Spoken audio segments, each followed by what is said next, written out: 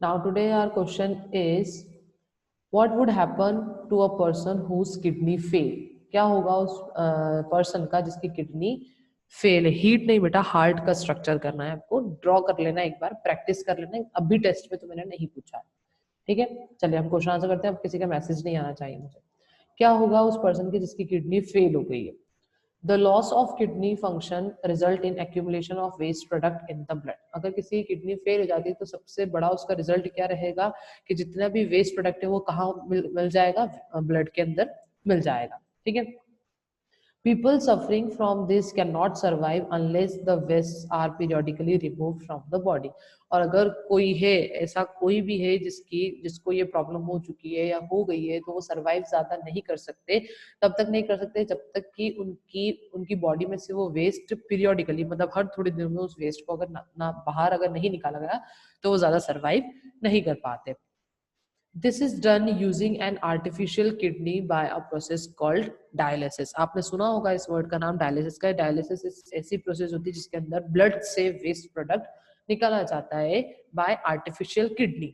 एक artificial kidney body में नहीं लगाई जाती, उसको बाहर ही रहती है वो, बट उससे प्यूरिफाई करके ब्लड से वेस्ट प्रोडक्ट निकाल लिया जाता है।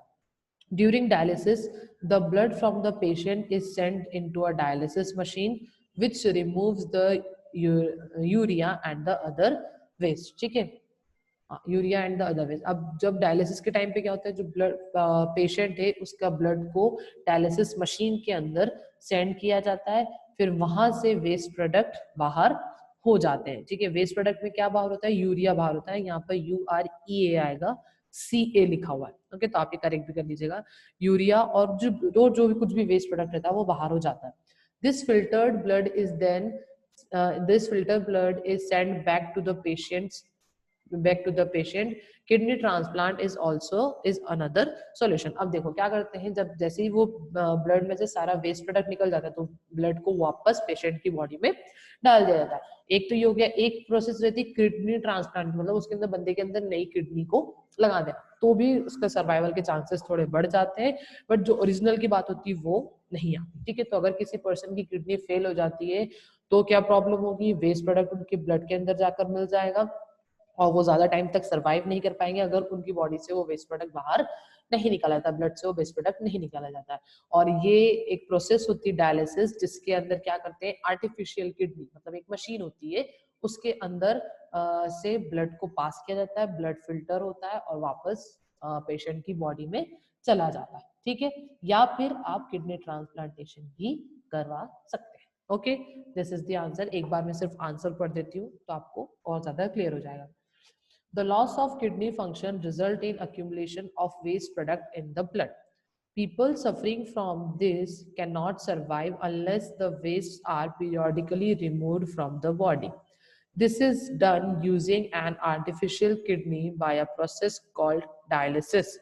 During dialysis, the blood from the patient is sent into a dialysis machine which removes the urea and other wastes. This filtered blood is sent back to the patient. Kidney transplantation is another solution. Okay. Now next is write a short note on excretion in plants. Plants के अंदर कैसे excretion होता है उसके ऊपर आपको एक note लिखना है. Plants do not have a well-developed excretory system like animals, but they do send out the waste product in different ways. अब plants के अंदर एक excretory system नहीं होता है, बकायदा कोई एक organ नहीं होता उनका जहाँ से उसका waste product बाहर निकलता है, जैसे एनिमल्स का निकलता है वैसे नहीं होता है। तो वो लोग क्या करते हैं, वो भी वेस्ट प्रोडक्ट बाहर निकालते हैं, बट अलग अलग वे से। जैसे फर्स्ट है the gaseous waste such as carbon dioxide and oxygen are sent out through stomata in the leaves and lenticles in the stem. Stomata के थ्रू क्या होता है, उनके गैस जो गैसेस वेस्ट है, गैसियस वेस्ट है, वो बाहर निकल जाता है। गैसियस वेस्ट में क्या आ जाता है, कार्बन डाइऑक्साइड और ऑक्सीजन। कार्बन डाइऑक्साइड कब आया, रेस्पिरेशन के टाइम पे, और ऑक्सीजन कब रिलीज होता है, फोटोसिंथेसिस के टाइम पे। ठीक है, तो ये दोनों चीजें किसके थ्रू रिलीज होती है, या तो स्टोमेटा जो कि लीव्स में प्रेजेंट होता है, या फिर लेंटिकल्स जो कि स्टेम्स में प्रेजेंट होते हैं। क्लियर है, एक पॉइंट ही हो गया। Next is transpiration removes excess water from the plant. Transpiration से भी क्या होता है, एक्सेस वाटर जो एक्स्ट्रा पानी रहता है वो भी बाहर निकल जाता है। आपने देखा होगा सुबह सुबह ठंड के टाइम पे स्पेशली पत्तियों के ऊपर, फूलों के ऊपर वाटर ड्रॉपलेट्स आ जाती है, तो वो क्या होता है, ट्रांसपिरेशन की वजह से वाटर लॉस होता है। ठीक है। Excess salt present in soil or water are excreted and get deposited in the plants as crystals. और अगर बहुत ज्यादा नमक का पानी या फिर सॉइल के अंदर अगर बहुत ज्यादा सॉल्ट प्रेजेंट होता है तो वो भी प्लांट के ऊपर डिपॉजिट हो जाता है in the forms of crystals. ठीक है, जैसे शक्कर का दाना होता है ना, वैसे क्रिस्टल्स की तरह वो फॉर्म हो जाता है प्लांट के, पूरे प्लांट के ऊपर ही। फिर आप उसको हटा दें तो वो निकल जाता है। Many older plants get rid of their waste in the forms of gums, resins and latex. अब जो बहुत पुराने ट्रीज हो जाते हैं उनमें से अगर वो एक्सक्रीशन प्रोसेस में भी थोड़ा कम अगर हो जाते हैं तो उनके उसमें से क्या निकलते हैं, गम्स निकलते हैं। जो गोंद होता है ना, खाने वाला भी आता है, कुछ होता है जो ब्राउन कलर के लम्स बन जाते हैं, वो निकलता है उनकी ट्री में से। रेजिन्स निकलते हैं, वो भी चिपचिपा एक स्ट्रक्चर होता है। लेटेक्स भी एक रबर जिससे बनता है, वो भी निकल जाता है। This substance are used to us as adhesive, varnishes, rubber and paints. अब ये जो वेस्ट प्रोडक्ट को भी हम छोड़ते नहीं, ये देखो आप इंसानों को कितनी चीजों की जरूरत है। हम जो प्लांट का वेस्ट प्रोडक्ट निकल रहा है उसे भी यूज कर लेते हैं चीजें चिपकाने के लिए। फेविकोल में जो डलता है ना, गम्स, उसमें डल जाता है। वर्निशिंग्स मतलब पॉलिश करने में डल जाता है। रबर बनाने में लेटेक्स यूज कर लेते हैं, या फिर पेंट के अंदर भी लेटेक्स डाला जाता है। ठीक है, तो हम प्लांट का कोई भी चीज, इवन उनके वेस्ट प्रोडक्ट को भी नहीं छोड़ते हैं, उसे भी यूज कर लेते हैं। एक बार मैं आंसर पढ़ देती हूँ, बहुत सिंपल सा आंसर है, आपको सिर्फ प्लांट के वेस्ट प्रोडक्ट के बारे में बताना है। Plants do not have a well-developed excretory system like animals, but they do send out the waste produced in different ways. The gaseous waste such as carbon dioxide and oxygen are sent out through stomata in the leaves and lenticels in the stems. Transpiration removes excess water from the plant. Excess salt present in soil or water are excreted and get deposited in plants as crystals. Many older plants get rid of their waste in the form of gums, resins, and latex.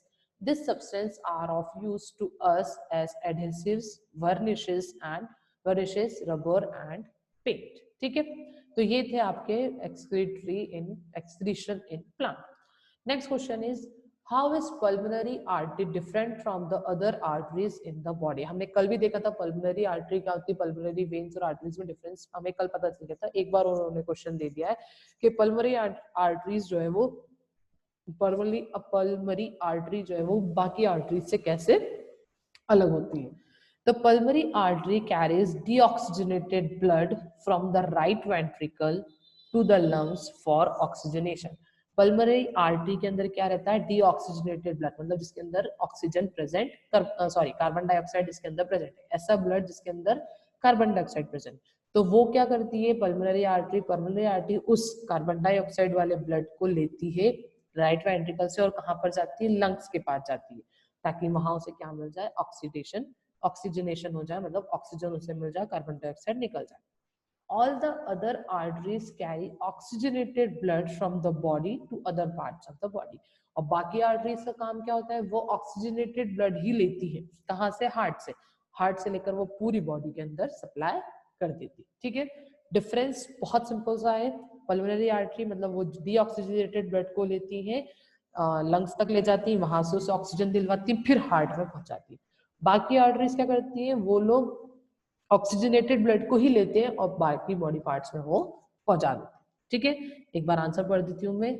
The pulmonary artery carries deoxygenated blood from the right ventricle to the lungs for oxygenation. All the other arteries carry oxygenated blood from the heart to the other parts of the body. Okay, next is describe the circulation of blood in man. इंसान के अंदर कैसे blood का circulation होता है वो आपको बताना। ओके, बहुत ध्यान से सुनना, ये बहुत इंपॉर्टेंट है। Blood keep circulating in the body by the contraction and relaxation of the heart. किस तरह से ब्लड सर्कुलेट होता है बॉडी में, कॉन्ट्रैक्शन और रिलैक्सेशन किसके, हार्ट के। ठीक है, the deoxygenated blood from the different parts of our body enter the right atrium, which then move to the right ventricle through the tricuspid wall.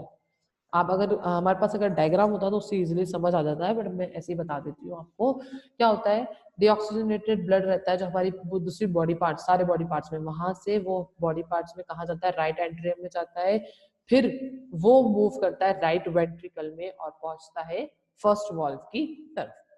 After it is filled, the right ventricle pumps blood through the pulmonary artery to the lung for reoxygenation. अब जब valve full हो जाता है तब क्या होता है, जो राइट वेंट्रिकल है वहां पर जो ब्लड पंप होता है कहाँ जाता है, वो पल्मोनरी आर्टरी.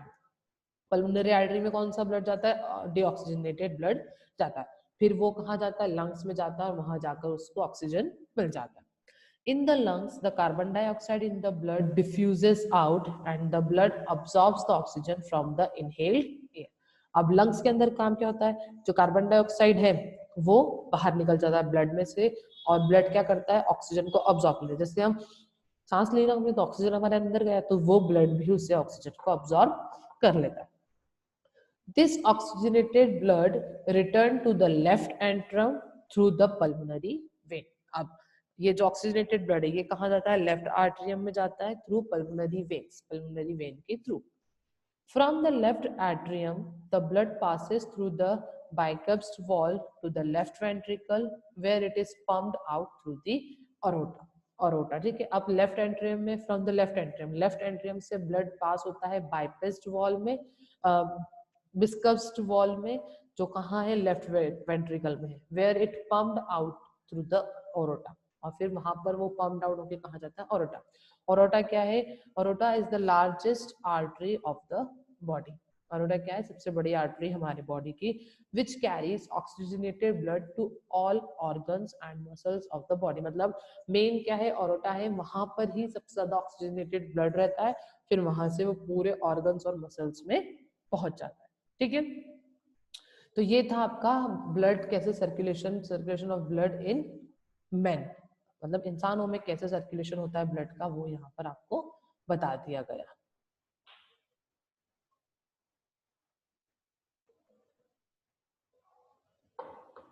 क्लियर है. एक बार मैं आंसर को पढ़ देती हूँ आपको ताकि थोड़ा बहुत आपको समझ में आए. बाकी आप आज में अगर इसे कर लेंगे तो आपको 100% पता चला. सबसे इंपॉर्टेंट चीज बुक खोल के रखना ताकि डायग्राम भी दिख जाए वहां पर. Blood keeps circulating in the body by the contraction and relaxation of the heart.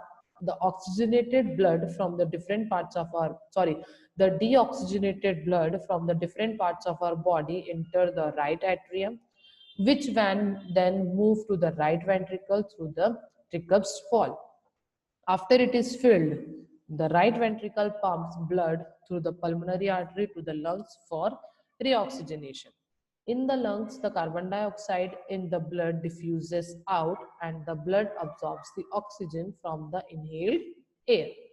This oxygenated blood returns to the left atrium through the pulmonary veins.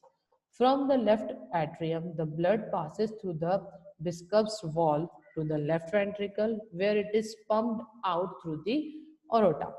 Aorta is the largest artery of the body, which carries oxygenated blood to all organs and muscles of the body. Clear enough? Okay. Now, last question for today is, what are the three main kinds of excretory products seen in animals? Animals के अंदर कैसे तीन excretory products जो है वो हमें नजर आते हैं. ठीक है, सबसे पहले सब एनिमल्स के बारे में यहाँ पर बताया जाए. In fish, ammonia is the main excretory product and is highly toxic. Fishes के अंदर क्या रहता है, एक्सक्रीटरी प्रोडक्ट अमोनिया. स्पेलिंग्स का ध्यान रखें आप, वर्ड का प्रोनाउंसिएशन सही होना चाहिए. Ammonia is the main excretory product and highly toxic, मतलब ये बहुत ज्यादा नुकसानदेह. It easily dissolves in water and is sent out of the body through gills and kidneys. ये इजिली पानी के अंदर डिसॉल्व हो जाता है और ये बॉडी से, फिश की बॉडी से बाहर कैसे निकलता है, थ्रू गिल्स और किडनी के थ्रू बाहर निकलता है. Such organisms are called ammonotelic organism. ठीक है, स्पेलिंग यहाँ पर मुझे थोड़ी चाहिए. अमोनोटेक्लिक ऑर्गेनिज्म कहा जाता है ऐसे ऑर्गेनिज्म जो अमोनिया रिलीज कर रहे हैं, मतलब फिश जो अमोनिया रिलीज कर रही है उसे क्या कहा जाएगा, ammonotelic organism. In human beings and other terrestrial mammals, urea is the chief excretory product. UREA, सी का मोस्टली बहुत कंफ्यूजन हो रहा है हर जगह, तो यहाँ पर ये URE है. ओके, सी नहीं है, वो E है. is the chief excretory product. It is less soluble in water and is less toxic than ammonia. ये पानी के अंदर पूरी तरह घुल नहीं पाता है, कम घुलता है, इसीलिए ये क्या है, कम टॉक्सिक है अमोनिया से. ओके, हाँ, ammonia. Such organisms are called uricotelic organisms. Okay, इन ऑर्गेनिजम्स को क्या कहा जाता है? Uricotelic organism. मतलब हम कैसे ऑर्गेनिज्म है? यूरिकोटेलिक ऑर्गेनिज्म है। In insects, birds and reptiles, uric acid is the main excretory product that is almost insoluble in water and has very low toxicity. अब जो insects, birds और reptile जो uric acid वो release करते हैं वो उनका एक्सक्रीटरी प्रोडक्ट होता है और ये बिल्कुल भी सॉल्युबल नहीं होता है वाटर के अंदर, पानी में बिल्कुल ये घुलता ही नहीं है, इसलिए ये टॉक्सिक भी हमारे लिए नहीं है। Organisms that excrete uric acid are called uricotelic organism. ठीक है, और इनको क्या कहा जाता है? यूरिकोटेलिक ऑर्गेनिज्म कहा जाता है। ऐसे ऑर्गेनिज्म जिसके, बेटा आपके उधर नेटवर्क की प्रॉब्लम होगी, यहाँ पर बाकी सभी बच्चों को कोई प्रॉब्लम नहीं आ रही देखने में। ठीक है, तो इंसेक्ट्स और बर्ड्स जो रिलीज करते हैं यूरिक एसिड रिलीज करते हैं वो, और इनका ये बिल्कुल टॉक्सिक नहीं होता। क्यों नहीं होता टॉक्सिक? क्योंकि ये वाटर के अंदर डिसॉल्व नहीं हो पाता है। तो ऐसे ऑर्गेनिज्म को कहा जाता है यूरिकोटेलिक ऑर्गेनिज्म। ठीक है, क्लियर है इतना सभी को? अब लास्ट क्वेश्चन है आपका फंक्शन ऑफ हार्ट, तो वो आप इजीली कर सकते हैं। आपको सिर्फ क्या करना है? हार्ट के डायग्राम की एक बार प्रैक्टिस कर लेना है। ओके।